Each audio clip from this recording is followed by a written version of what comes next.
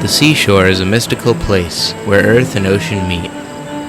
The mighty power of the Atlantic is forever at war with the land, constantly changing the landscape, destroying some habitats while also creating new ones. No other ecosystem perfectly represents the power of nature. In order to survive in a land of constant change, both plants and animals must be tough and well equipped for the many trials of life. Here on the North Atlantic peninsula of Cape Cod lies one of the few undisturbed shorelines on the east coast.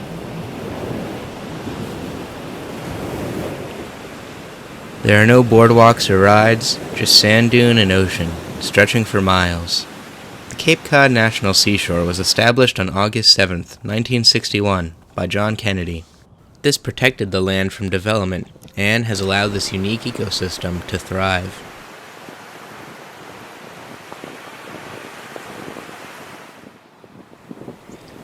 Cape Cod is of extreme importance to migratory shorebirds, serving as the ancestral nesting grounds for many species, such as this threatened piping plover. Piping plovers have amazing camouflage that blends in almost perfectly with the sand. In fact, sometimes they seem almost invisible until they start to dart around.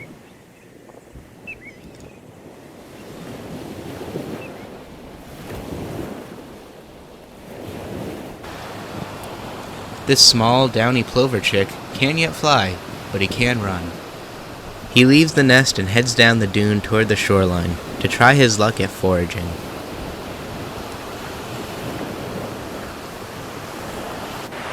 From May to September, the piping plovers will share the shoreline with a wide variety of shorebirds, such as the sanderling, the willet, and the tern. The tern is a small cousin of the seagull, sometimes nicknamed sea swallows for their maneuverability on the wing.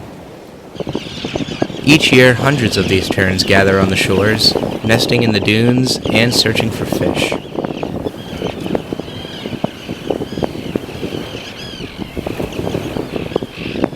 The least tern is the smallest and most common of the terns here, reaching up to 9 inches in length and having a 23-inch wingspan. After a long journey, the terns must search for prey.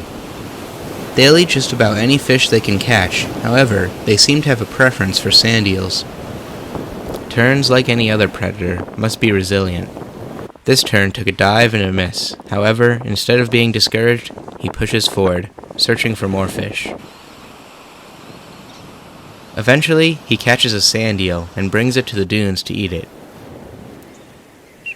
Without teeth, the tern swallows the fish whole.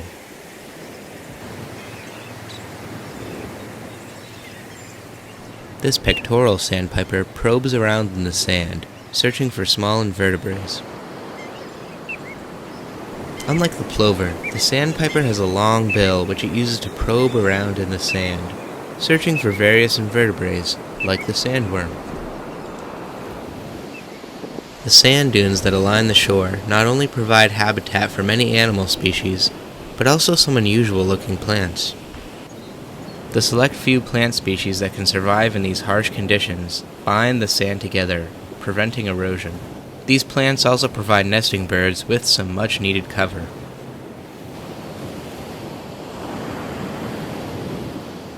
Prowling the sand dunes is the red fox, among the most adaptable animals in North America, being found in nearly every ecosystem. The sand dunes provide the fox with many food options. Bird eggs are a good source of protein, and since many shorebirds nest on the ground, it would seem too easy to steal the eggs. Once a nest is disturbed, the bird's fight or flight instinct is triggered. Most birds fly away, but the tern fights back. While small, the tern will intimidate creatures twice its size or more. The tern is fast and maneuverable on the wing, and dive bombs the fox. This fox will now have to find a simpler meal. The strong ocean waves toss dead animals onto the shores daily, giving the fox a buffet of crabs and fish. Many people who encounter foxes at the seashore turn to feeding in order to get a closer interaction with the animal. While this may result in an unforgettable experience, it can have a negative effect on the fox. Sooner or later, the fox will learn to associate man with food, and this could unfortunately lead to its demise.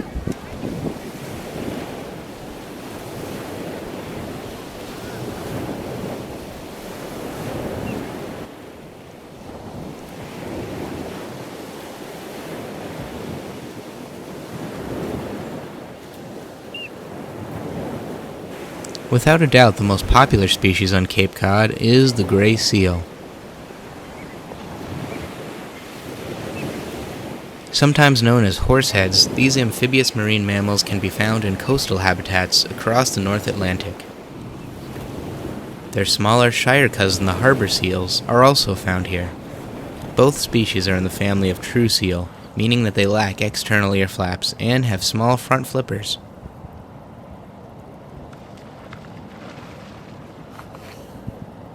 The seals spend most of their lives in the water, hunting for fish and riding the surf. However, they will come to land to rest and give birth.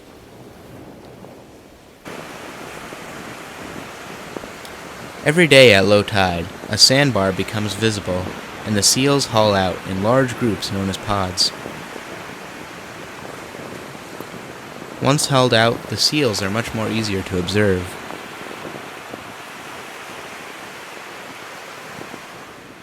Here in this pod you can see both male and female. The darker colored seals are the males, known as bulls, and the lighter colored seals are females, known as cows.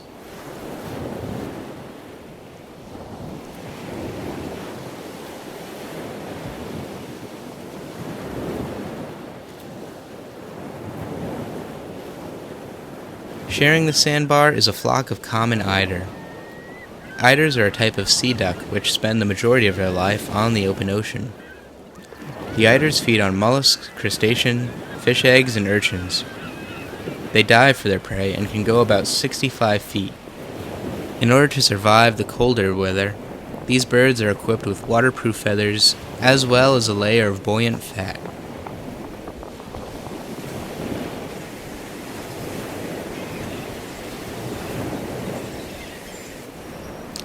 Just beyond the dunes and the salt marshes, an osprey can be seen with her chick, sitting in a complex nest made of sticks, branches, and any other material they can find.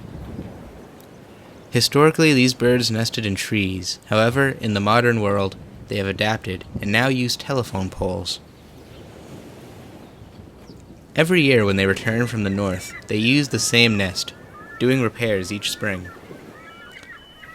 Like the tern, the osprey is a fish eater with a similar hunting tactic, diving for their prey. Ospreys have incredible eyesight, which allow them to see through the water's glare in order to spot fish. With 2 hungry mouths to feed, both ospreys are hard at work. Right now, the baby ospreys are all brown. However, in a matter of months, they will transform into miniature versions of their parents. By late summer, they will be kicked from the nest and learn to fly on their own.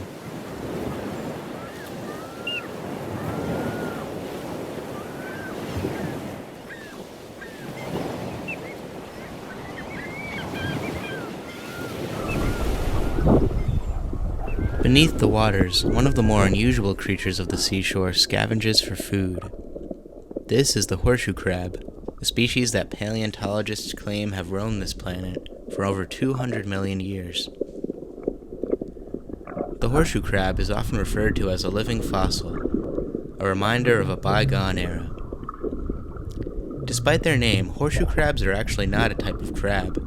They are in fact more closely related to spiders. These odd-looking arachnids are equipped with 10 legs and a long, pointy tail, which, despite what some might claim, is not a stinger, but rather a tool, which helps the animal flip itself over after getting tossed around by the harsh waves.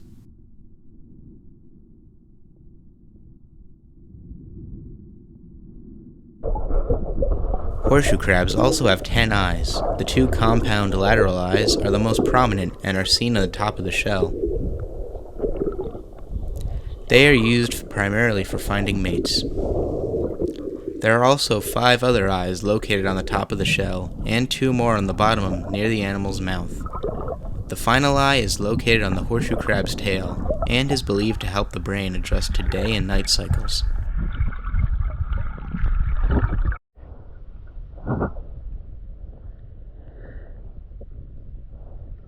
The horseshoe crab makes its way into the marsh. The marsh is a critical ecosystem protecting the mainland from floods and violent storms.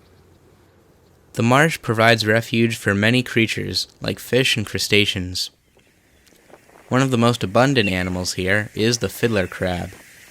Named for their iconic large claw, the fiddler crab relies on strength in numbers, as well as a variety of tunnels, in order to escape predators. Hundreds of these crustaceans can be seen scurrying along the mudflats of the marsh, foraging for food.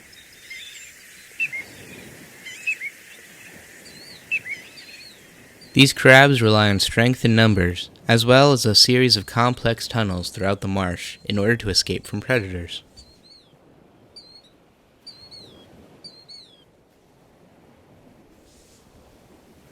Herons, egrets, seagulls, raccoons, fish, and even larger crabs would make an easy meal out of some of these fiddlers.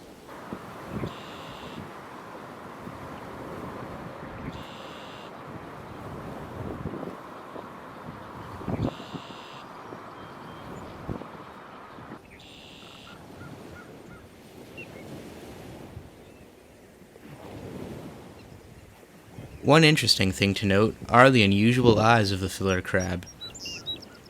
Sticking out from the body, these eyes have a 360-degree field of vision, which allows them to spot any incoming threat.